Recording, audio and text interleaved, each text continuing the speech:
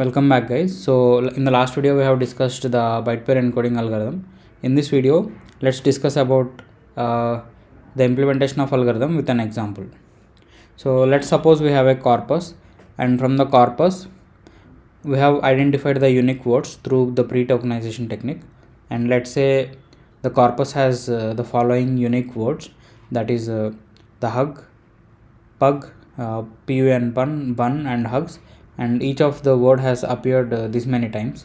So that was the first step in the algorithm, right? So we'll compute the unique set of words in the corpus through the pre-tokenization technique. So generally we could use a space as a delimiter and split the corpus into unique words. So I haven't shown the actual text or corpus here. Let's assume like we have some text, and from that we have already obtained the unique words. So obtaining the unique words is important because we need to see the co-occurrence, right? So from the text we need to first get the list of words, then only we can see in the words what are the co-occurring items or units. So let's create a base vocabulary, which is the step 2. So step 2 is to create a base vocabulary which will have the unique characters in the text corpus. So from this corpus we can see the unique characters are B, G, H, N, P, S and U. Also let's create a data structure that holds the count of each character like this from the list of words.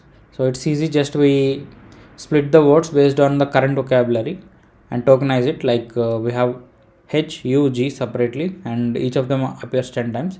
So writing in this way is helpful for us, because when we actually identify the number of times like H and U has co-occurred together, we could just directly see, like in this hug it has come 10 times in the corpus, because the hug word itself came 10 times. So obviously the combination of H and U would have come 10 times. Similarly we could directly count, so it would be easy. So that's why we are writing this. So the third step in the algorithm is identify the consecutive pairs, and then in the consecutive pairs pick the pair with the highest co-occurring count. So let's exercise that step.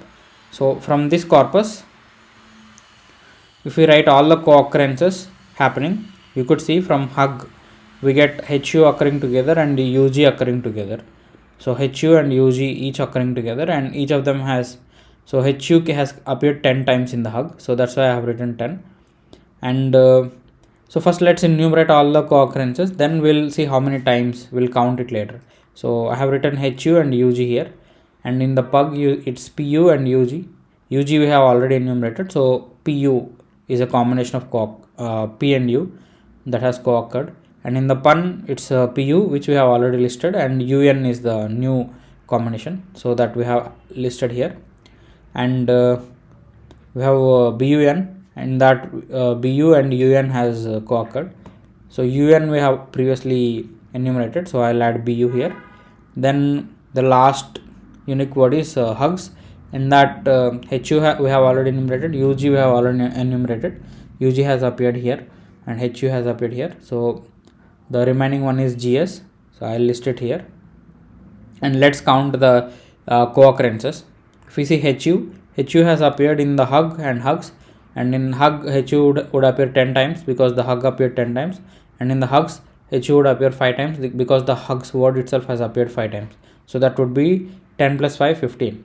Similarly UG, if we see UG, it has come here 10 times in hug, and in pug it has come 5 times, and in hugs it has come 5 times. So it is 10 plus 5 plus 5, so that would be 20.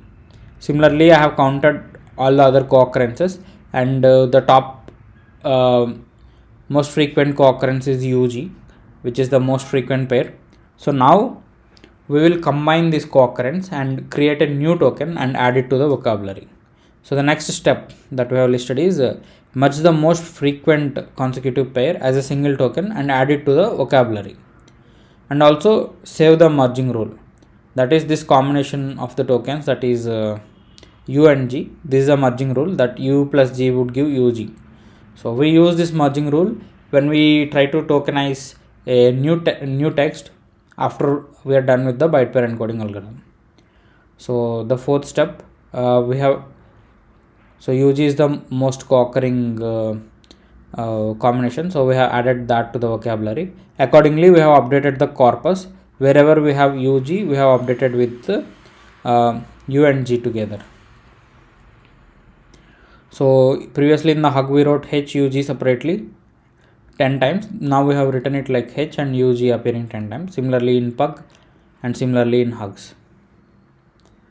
So now we need to repeat steps 3 and 4 until we reach a desired vocabulary size. So we'll repeat the steps. So we are repeating the steps again with this. This is the new vocabulary, updated vocabulary, and this is the corpus. So now if we again list the co-occurrences, now H and UG is one co-occurrence, P and UG is one co-occurrence, similarly P and U is one co-occurrence, U and N is one co-occurrence. Then in bun, B and U is one co-occurrence. You could see the bun and BU, and UN is another co-occurrence which we have already listed, and we have H and UG which is already present, and one more combination is UG and S that I have listed here. And we could see like H and UG has appeared here 10 times and here 5 times, so that would be 10 plus 5, 15. And P and UG has appeared 5 times in this pug, so that would be 5. And P and U has appeared here in pun, that would be 12 times. And UN has appeared like in bun for 4 times and in pun 12 times, so that would be 12 plus 4, 16. And BU has appeared 4 times, and UG plus S appeared 5 times in hugs. So now in this second iteration we could see like U plus N is the most frequent co-occurring pair which has appeared 16 times. So now we would add this, we would combine this into a new token and add it to the vocabulary. So previously when we started we had only till U. In the first iteration we added UG, now we are adding UN, and accordingly we will update the corpus also. Wherever we have UN, like in pun we had previously PUN separate, now we would club these two and create a new token. So next time when we are calculating the co-occurrence, now we would not count U and N appearing like co-occurrence. So now U and N has become a single token. Next time when we check co-occurrence, we would check the co-occurrence between P and UN. Okay, now if we repeat the step one more time, this time the co-occurrence would be for H and UG, similarly for P and UG here, and here for P and UN, and here it would be B and UN, and here H and UG which we have already enumerated, and UG and S that we have listed here. And H and UG has appeared 15 times and P and UG has appeared 5 times in this. Remember, now we will not be counting the co-occurrence like H and U separately, because now UG is a separate token that we have added to vocabulary. So we should always check the co-occurrence of the tokens present in our vocabulary. So U and G would be a separate token now. So the co-occurrence would be between UG and H, not H and U, because this U is not a single anymore. UG is the largest possible token. So in this iteration we could see like H plus UG is the most co-occurring pair, so we would add H plus UG hug to our vocabulary and the corpus would become like this. So we'll continue this iteration until we reach the vocabulary size. So right now the vocabulary is this. Let's say we fix some value.